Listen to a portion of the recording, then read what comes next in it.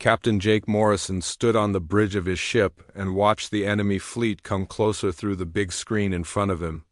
The alien ships looked like they were made of silver, and they glowed with a strange blue light that covered their whole bodies like a protective shell. These were Calthara's ships, and they had been winning every fight against humans for 3 long years. Now the war started when the Caltharans came to human space without warning and began taking over planets one by one. Their weapons were unlike anything humans had ever seen before.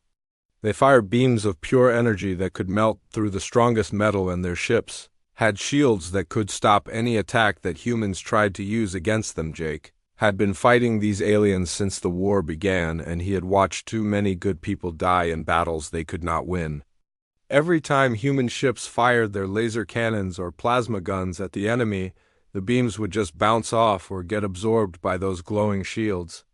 It was like trying to fight someone who was covered in perfect armor while you only had sticks.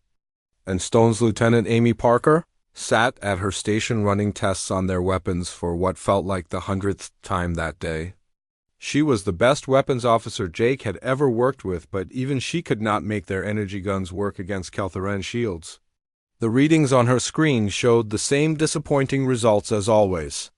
Their most powerful laser batteries had about as much effect on enemy ships as a flashlight would have on a tank. The ship shook as another Caltharan energy blast hit their shields. Jake could feel the deck plates vibrate under his feet, and he knew their defenses would not last much longer. Human shield technology was good, but it was nothing compared to what the aliens had. One direct hit from a Caltharan main gun could cut a human ship in half. Admiral Ben Cole's voice came through the communication system from Earth Command far away. His words were clear, but Jake could hear the worry in his tone. The Admiral told Jake that his ship was the last line of defense in this part of space, and that intelligence reports suggested the Caltharans were planning something big. Jake was ordered to hold his position and stop the enemy advance, no matter what the cost might be. Jake nodded, even though the Admiral could not see him. He knew what those orders really meant. Earth Command was asking him and his crew to die here to buy time for other human forces to prepare. It was not a fair fight, and everyone knew it, but sometimes unfair fights were all you had down in the ship's storage areas. Chief Petty Officer Dan Brooks was checking on equipment that most people on the ship thought belonged in a museum. These were kinetic weapons, which meant they fired solid pieces of metal instead of energy beams. There were railguns that could shoot tungsten rods at incredible speeds, and old chemical cannons that used explosives to launch steel shells. Most of the crew thought these weapons were primitive and useless compared to their modern energy guns. Dan was older than most of the crew, and he had grown up listening to his grandfather tell stories about wars fought with bullets and bombs instead of lasers and plasma. His grandfather always said that sometimes the old ways were the best ways, and that new did not always mean better. Don had always remembered those words, even when other people laughed at him for keeping the old weapons in working order. The Caltharan fleet was getting closer now, and Jake could see that there were more ships than his sensors had first detected. They were moving in perfect formation, like they had done the same attack 1,000 times before. Their shields were glowing brighter as they prepared to fire their main weapons, and Jake knew that his ship would not survive many hits from those energy cannons. Amy called out from her station that the enemy ships were charging their weapons and would be in firing range in less than 2 minutes. Jake looked around his bridge at the men and women who had followed him into this hopeless battle. They all knew they were probably going to die here, but none of them looked scared. They looked determined and ready to fight, even if they could not win. Jake made a decision that surprised everyone on the bridge, including himself. Instead of ordering another futile attack with their energy weapons, he told Dan to bring the kinetic batteries online and load them with solid tungsten rounds. Several crew members looked at him like he had lost his mind, but Don just smiled and said he had been waiting 3 years to hear those words. The old weapons hummed to life for the first time since the war began, and Jake felt something he had not felt in months. He felt hope. Maybe the Caltharans had never faced weapons like these before. Maybe their perfect shields had a weakness that no one had discovered yet. Maybe today would be different from all the other battles they had lost. The enemy ships fired first, and Streams of deadly energy lit up the space between the two fleets. The space around Jake's ship lit up like a deadly fireworks show as Keltheron energy beams cut through the darkness. Their weapons were beautiful and terrifying at the same time, creating streams of blue and white light that could destroy anything they touched. Jake watched his shields take hit after hit from the alien guns and knew they would not last much longer. Amy called out shield readings from her station, and the numbers were getting worse by the second. They had started the battle with full defensive power, but now they were down to less than 60% and falling fast. Each time a Keltheran beam hit their ship, the whole vessel shook, and the lights flickered as their power systems struggled to keep up with the damage. Jake looked at the tactical display and saw that his ship was completely outnumbered. There were 12 Keltheran vessels against his one ship, and each of their weapons was more powerful than anything humans had ever built. This should have been the end of the fight before it really began, but Jake had something the aliens did not expect. Dan's voice came over the internal communication system, telling Jake that the kinetic weapons were ready to fire. The chief sounded excited, like he had been waiting his whole life for this moment. Jake could hear the low hum of the railguns charging up and the mechanical sounds of tungsten rounds being loaded into the firing chambers. Lieutenant Carl Stevens, who was Jake's weapons officer, looked confused and worried. He had trained his whole career on energy weapons and had never fired a kinetic gun in combat before. Carl told Jake that these old weapons were hundreds of years behind modern technology and asked if they should really be using primitive guns against such an advanced enemy. Jake smiled for the first time in weeks and told Carl that sometimes primitive was exactly what you needed when fighting someone who thought they knew everything. The Keltherans had beaten every human fleet they had faced because they had adapted their shields to stop energy weapons. Their technology could absorb laser beams and deflect plasma bolts, but Jake had a feeling they had never faced a simple piece of metal moving at high speed. The first railgun fired with a sound like thunder rolling through the ship. Jake felt the deck plates shake under his feet as the magnetic coils launched a tungsten rod toward the lead Keltheran vessel. The projectile was moving at a significant fraction of light speed, and it covered the distance between the ships in less than a second. Everyone on the bridge held their breath as they watched the tungsten round streak toward the enemy ship. They had all seen human energy weapons bounce harmlessly off Keltheran shields so many times that they expected the same thing to happen again. But this time was different. The solid metal rod hit the alien ship's shield and passed right through it, like the barrier was not even there. Jake watched in amazement as the tungsten projectile punched through the enemy's glowing defensive field and slammed into their hull with devastating force. The Keltheran ship shuddered and began to list to one side as atmosphere and debris poured out of the hole that had been torn in its side. Amy stared at her sensors and called out readings that she could barely believe herself. The enemy ship's shields had not even tried to stop the kinetic projectile. Their advanced defensive technology that could deflect the most powerful energy weapons had been completely useless against a simple piece of metal. Jake ordered all kinetic batteries to open fire, and the space around his ship filled with a different kind of deadly light. Instead of energy beams, there were now streams of solid projectiles racing toward the Keltheran fleet at incredible speeds. Tungsten rods and steel shells crossed the distance between the ships faster than the alien crews could react a second. Keltheran vessel took 3 direct hits and began to break apart as kinetic rounds tore through its hull. The third ship tried to turn away, but a railgun round caught it in the engine section and it exploded in a ball of fire and metal fragments. One by one, the supposedly invincible alien ships were being destroyed by weapons that most humans considered obsolete. The Keltheran fleet commander must have been as shocked as Jake's crew because the remaining alien ships began firing wildly in all directions.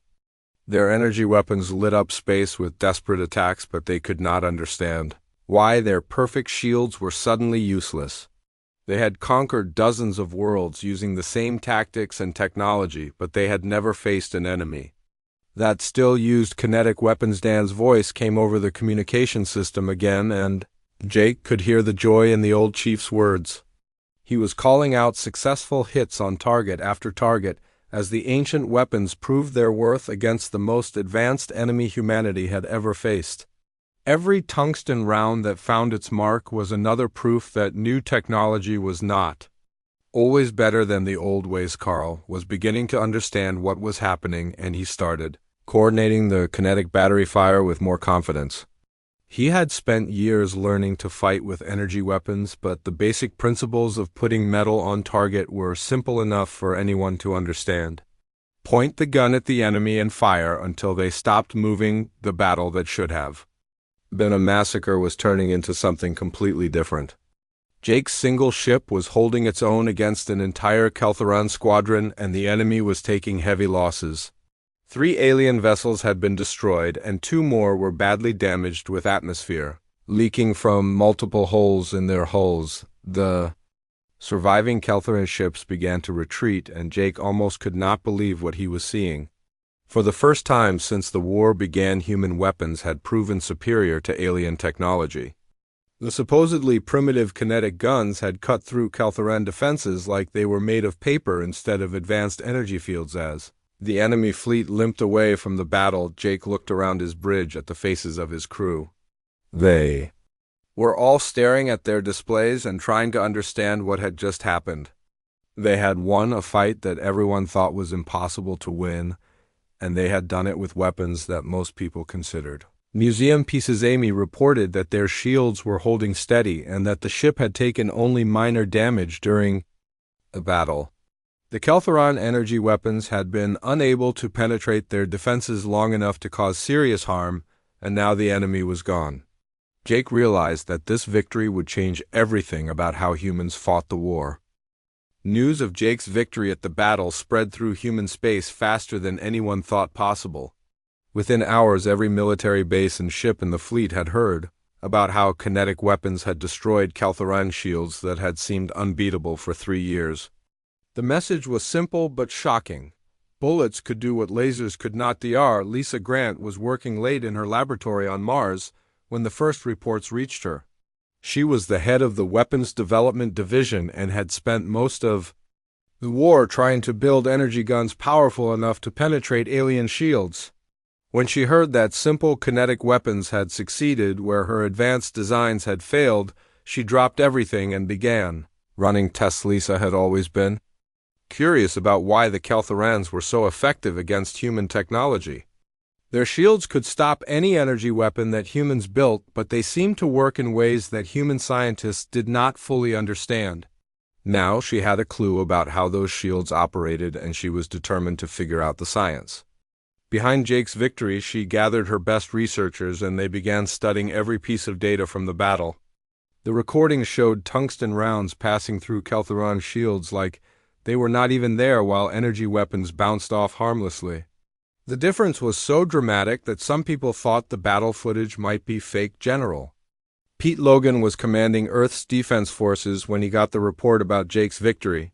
Pete was a practical man who had fought in conventional wars before the aliens arrived, and he understood the value of kinetic weapons better than most officers.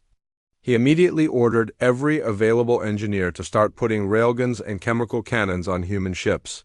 The work began around the clock as military shipyards across human space started installing kinetic weapons on vessels that had been designed for energy combat. It was not easy because the old weapons needed different power systems and ammunition storage, but the engineers made it work.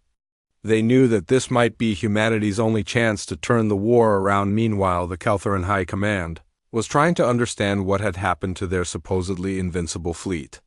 Commander Zeltar reviewed the battle reports over and over but could not make sense of what he was seeing. The humans had used primitive projectile weapons that should have been useless against modern shields. Zeltar called an emergency meeting of the Keltheran War Council and presented his findings to the assembled commanders. He showed them video of human ships firing simple metal projectiles that cut through their shields without any resistance. The other commanders refused to believe what they were seeing because it went against everything they knew about warfare. The Keltherans had conquered dozens of species across the galaxy, and all of them had followed the same pattern of technological development. Young civilizations started with kinetic weapons, but as they advanced, they moved to energy-based systems that were more efficient and powerful. By the time a species was ready for space combat, they had abandoned projectile weapons completely. This pattern had worked perfectly for the Keltherons because their shield technology was designed to counter energy attacks. They could absorb laser beams and deflect plasma bolts, but they had never needed to defend against simple pieces of metal moving at high speed. It was like building armor to stop bullets and then being defeated by Lisa's research team made breakthrough after breakthrough as they studied Keltheran shield technology. They discovered that the alien defensive systems worked by analyzing incoming energy signatures and then generating counterfields to neutralize the attacks. The shields could adapt to almost any energy weapon within seconds, but they had no way to stop physical objects. The revelation was both simple and profound. Keltheran shields were incredibly advanced, but they had a fundamental weakness that no one had discovered before. They could not affect matter that was not generating an energy signature, which meant that unpowered projectiles could pass right through them. Lisa presented her findings to the military leadership in a video conference that connected bases across human space. She explained that Keltheran technology was so sophisticated that it had become vulnerable to primitive attacks. The aliens had solved the problem of energy weapons so completely that they had forgotten about the older threat of kinetic projectiles general. Logan asked Lisa if there was any way the Keltherans could adapt their shields to stop kinetic weapons. Lisa shook her head and explained that the physics involved were completely different. Energy shields worked by manipulating electromagnetic fields, while stopping projectiles required physical barriers or deflection systems. The implications of Lisa's research changed everything about human military strategy. Orders went out to every ship and base to prioritize kinetic weapons over energy systems. Factories that had been building laser cannons were retooled to produce railguns and chemical artillery. The entire human war machine shifted from advanced technology back to older but more effective weapons. Captain Rose Murphy was commanding a destroyer when she received orders to report to the nearest shipyard for kinetic weapon installation. She had served in the fleet for 15 years and had never fired anything but energy weapons in combat. The idea of using projectile guns seemed strange and primitive, but she had heard about Jake's victory and was willing to try anything that might work. The conversion process took 3 days as engineers removed some of her ship's laser batteries and replaced them with railgun turrets. Rose watched the work and marveled at how simple the kinetic weapons looked compared to the complex energy systems they were replacing. There were no exotic power couplings or quantum field generators, just magnetic coils and metal projectiles. Captain Nick Barnes was going through the same conversion process on his ship, and he found himself thinking about his family's military history. His great-grandfather had fought in Earth's last conventional war using weapons that fired bullets and shells. Nick had always thought those old weapons were crude compared to modern energy guns, but now he was beginning to understand their value as more human ships received kinetic weapon upgrades. The balance of power in the war began to shift. Keltheran fleets that had been winning every battle suddenly found themselves vulnerable to attacks they could not defend against. The aliens who had seemed invincible were being defeated by technology they considered primitive. The Keltherans tried desperately to find a solution to their shield problem, but their technology was too specialized. They had spent centuries perfecting defenses against energy weapons and had never developed systems to stop kinetic projectiles. Their ships were designed around the assumption that only energy combat mattered, and changing that would require rebuilding their entire fleet. Jake found himself leading a fleet of 20 human ships toward the Keltheran stronghold at Proxima Station 3 weeks after his first victory with kinetic weapons. His flagship now had more railguns and chemical cannons than energy weapons, and the other ships in his fleet had received similar upgrades. They looked different from the sleek vessels that had fought earlier battles with their angular gun turrets and ammunition. Storage pods. Captain Rose Murphy was commanding the USV Constitution and testing her ship's new kinetic batteries as they approached the target. She had never thought she would be fighting aliens with what were essentially very fast bullets, but the weapons had proven themselves in smaller battles across human space.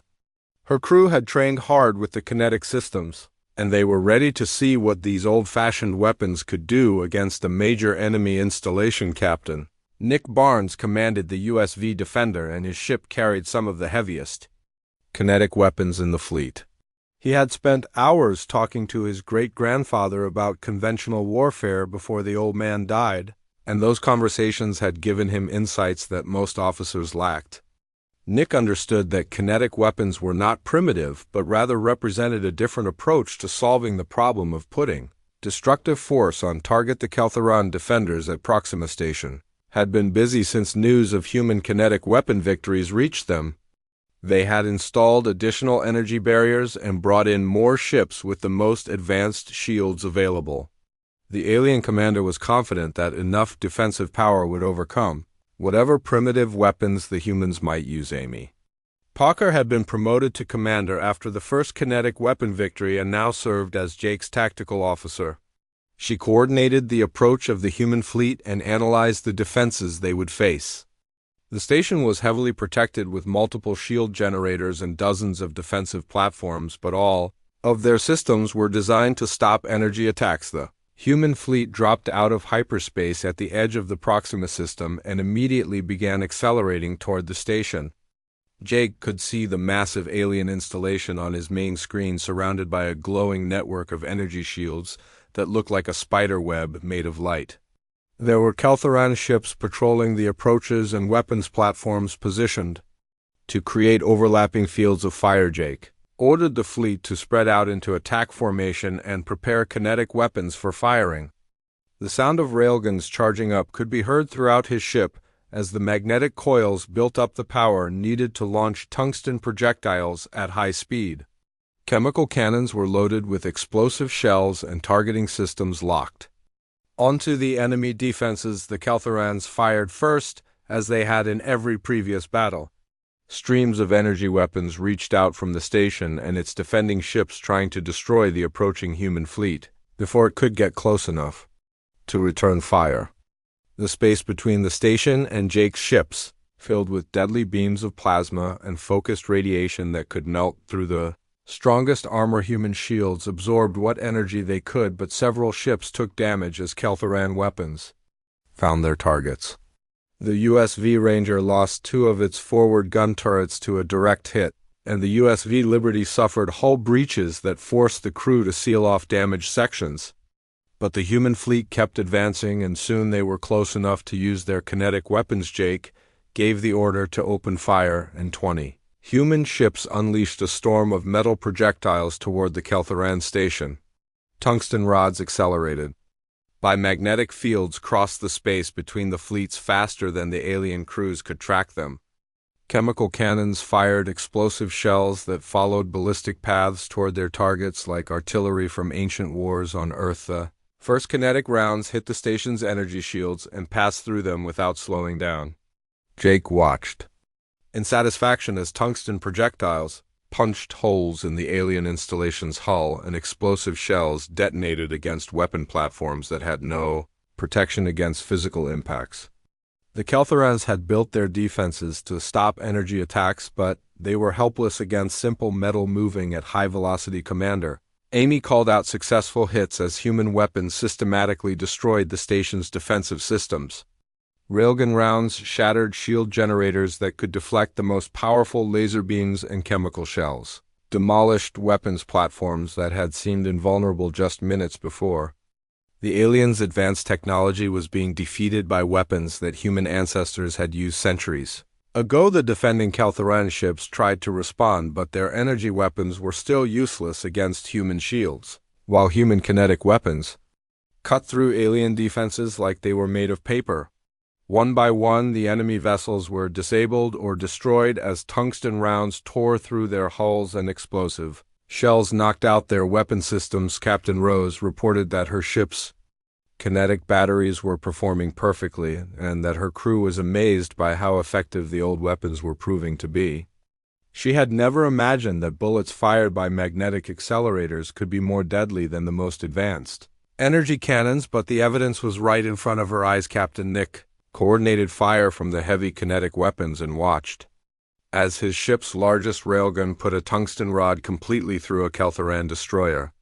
The alien vessel broke apart as the projectile tore through critical systems, and Nick felt a connection to his great-grandfather, who had fought similar battles with simpler weapons on Earth. The battle for Proxima Station lasted only 3 hours before the Kelthoran commander surrendered. His shields were down, his weapons were destroyed, and his ships were either destroyed or badly damaged. The human fleet had captured the most important alien installation in this part of space, using weapons that the Kelthorans considered primitive. Jake stood on his bridge and looked at the defeated station floating in space ahead of his fleet. For the first time since the war began, humans had not just won a battle, but had captured enemy territory intact. The aliens who had seemed so advanced and unstoppable had been beaten by the simple principle of putting metal on target at high speed. Amy coordinated the boarding parties that would secure the station and search for intelligence about Kelthoran military plans. Jake knew that this victory would encourage human forces across the galaxy and prove that kinetic weapons were not just effective but could win major battles against supposedly superior alien technology. The news of the victory at Proxima Station spread through human space even faster than Jake's first kinetic weapon success had traveled. Military commanders who had been skeptical about using primitive weapons now demanded more railguns and chemical cannons for their ships. The war that had seemed hopeless just weeks ago was suddenly winnable. The captured data banks at Proxima Station contained more information than human intelligence officers had gathered in 3 years of war. Lieutenant Commander Sue Davis led the team that worked around the clock to translate and analyze the alien files. What they found changed everything humans thought they knew about galactic warfare and the Kelthoran Empire. Sue discovered that the Kelthorans had detailed records of every species they had conquered going back hundreds of years. Each civilization had followed almost exactly the same pattern of technological development. They started with kinetic weapons like spears and arrows, then moved to chemical explosives and projectile guns before finally advancing to energy-based systems. The pattern was so consistent that the Kelthorans had built their entire military strategy around it. They knew that any species advanced enough for space travel would have abandoned kinetic weapons in favor of energy systems. This meant that Kelthoran shields only needed to defend against lasers, plasma beams, and particle weapons. No one had ever tested their defenses against simple bullets. Admiral Ben Cole reviewed Sue's report during an emergency meeting of Earth's military leadership. The implications were staggering because they suggested that the Kelthorans had not conquered other species through superior technology, but by exploiting a common weakness in how civilizations approached warfare. Every advanced species made the same mistake of assuming that newer technology was always better. Dr. Lisa Grant presented her analysis of captured Kelthoran shield generators to the same meeting. The alien defensive systems were incredibly sophisticated and could adapt to almost any energy weapon within seconds. But they had no way to detect or interact with unpowered projectiles because the designers had never considered such primitive attacks to be a threat. General Pete Logan realized that humanity had stumbled onto something far more important than a tactical advantage. Their tendency to maintain older technology alongside newer developments was actually a strategic strength that no other species seemed to possess. While other civilizations threw away their past, humans had kept museums and hobbyists who preserved ancient knowledge. Chief Don Brooks was promoted to Master Chief and put in charge of reverse engineering captured Kelthoran technology. His teams worked to understand how alien systems operated and whether any of their advances could be adapted for human use. Don found the irony amusing because the aliens had incredible technology, but they had become so specialized that they could not handle something as basic as a bullet. The intelligence gathered from Proxima Station revealed that Kelthoran society had evolved along the same path as their technology. They had become so focused on energy-based solutions that they had lost the ability to think about simpler approaches to problems. Their entire culture was built around the idea that complexity meant superiority. Sue's team discovered records of other species that had tried to resist Kelthoran conquest using energy weapons. The aliens had detailed analyses of how different civilizations had attempted to overcome their shields using more powerful lasers or exotic particle beams. Every attempt had failed because they were all trying to solve the wrong problem. The Keltherans had conquered the Zephyrian Empire, which had energy weapons so advanced they could destroy planets. They had defeated the Crystalline Collective, whose laser technology was based on living crystal matrices that could focus energy with perfect efficiency. They had overwhelmed the Quantum Consortium, whose weapons manipulated reality at the subatomic level, but none of these incredibly advanced civilizations had thought to try shooting the Keltherans with bullets. They had all assumed that if energy weapons could not penetrate alien shields, then kinetic weapons would be even less effective. This assumption had cost them their freedom and in some cases their entire species. Human forces began pushing deeper into Keltheran space as more ships received kinetic weapon upgrades. They found alien worlds that had never experienced projectile warfare and entire populations that had no idea how to defend against bullets and shells. Some planets surrendered as soon as they learned that human ships carried kinetic weapons. The psychological impact on Keltheran military forces was enormous. They had spent their entire careers believing that their shields made them invincible against any possible attack. Discovering that simple metal projectiles could penetrate their defenses was like finding out that their most basic assumptions about physics were wrong. Commander Zeltar found himself commanding a fleet that was retreating for the first time in Keltheran military history. His ships had the most advanced energy weapons and defensive systems in the galaxy, but they were helpless against human kinetic weapons. The reports he sent back to the High Command were filled with disbelief and growing panic. The Keltheran government tried desperately to develop new defensive technologies that could stop kinetic projectiles. They experimented with physical barriers and deflection fields, but none of their solutions worked as well as their energy shields had against energy weapons. Their technology was too specialized, and changing it would require rebuilding their entire military from the ground. UPDR Lisa Grant established a new research facility dedicated to studying the relationship between technological advancement and military effectiveness.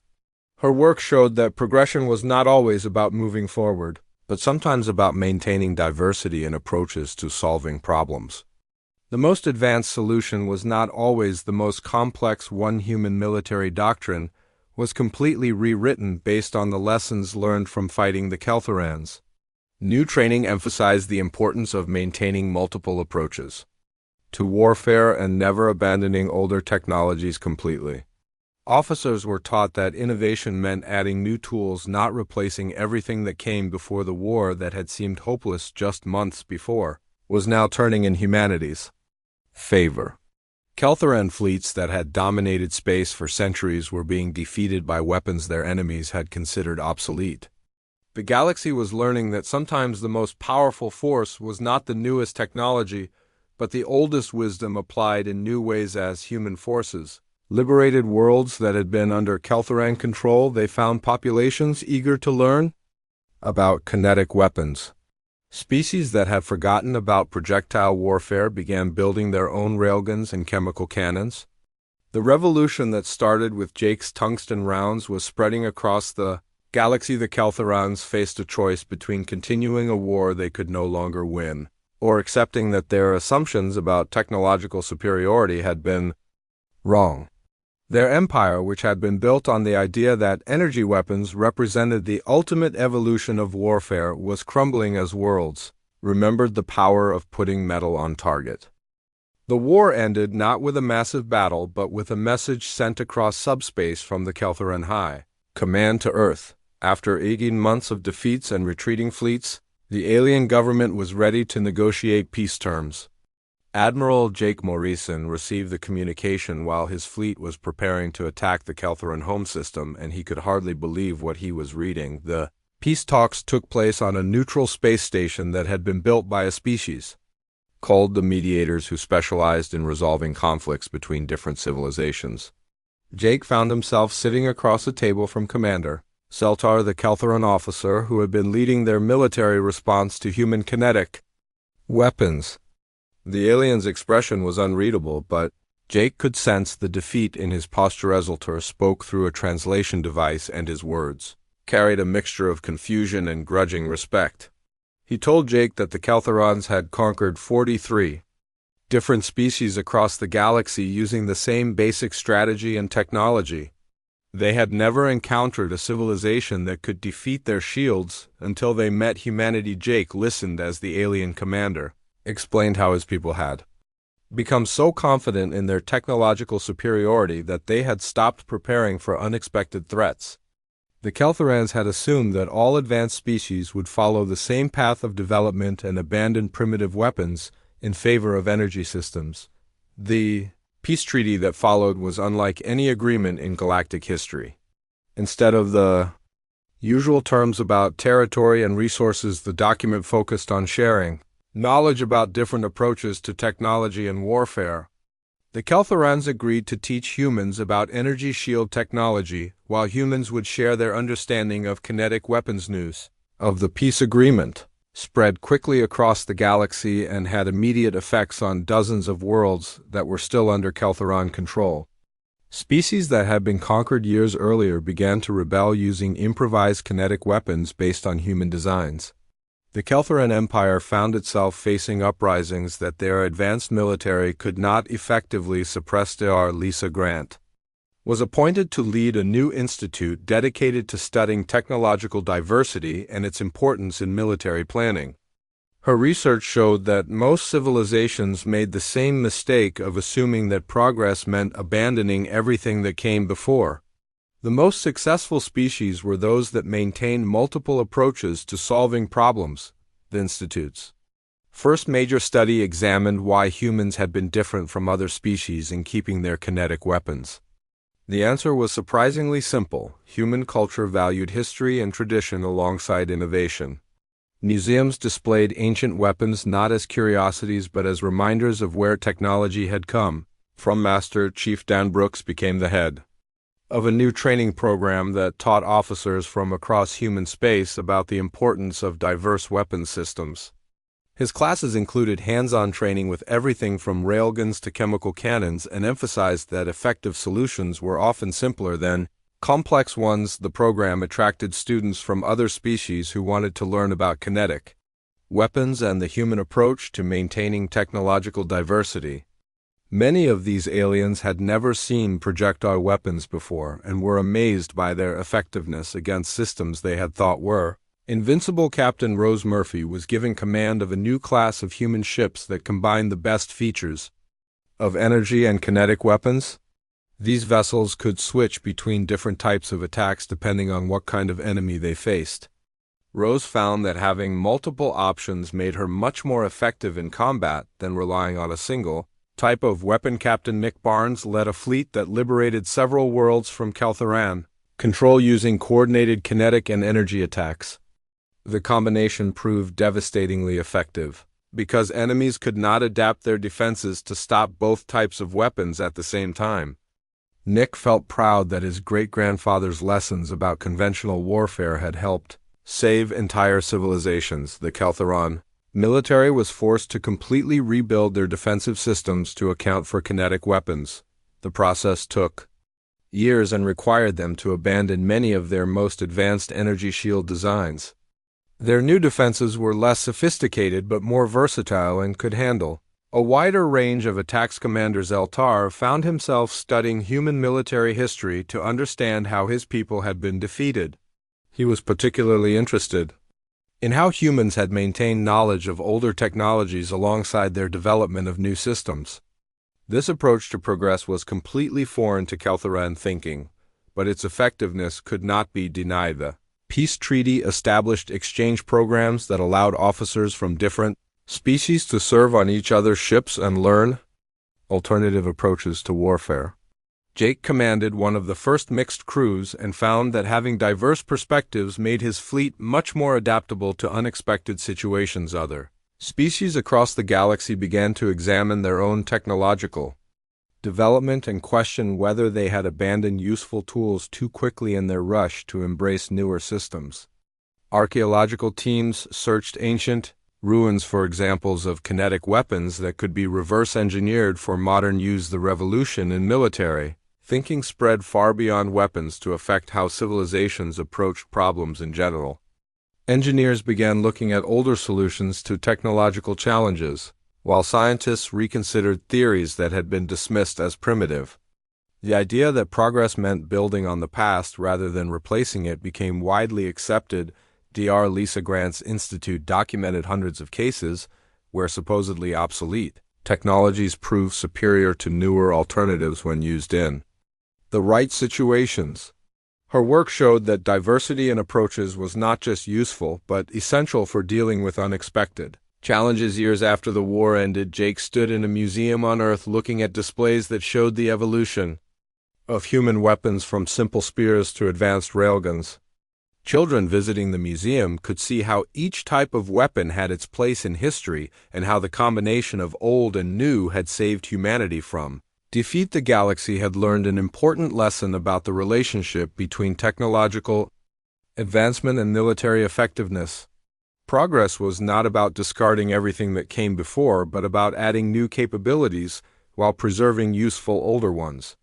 The most advanced civilizations were those wise enough to remember that sometimes the best answer to a complex problem was beautifully and devastatingly simple. The Keltheran Empire transformed from a conquering force into a federation of equals that valued technological diversity.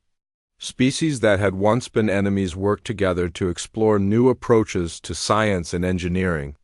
The war that had started with bullets defeating energy shields ended with the entire galaxy embracing a new understanding of what it meant to be truly advanced.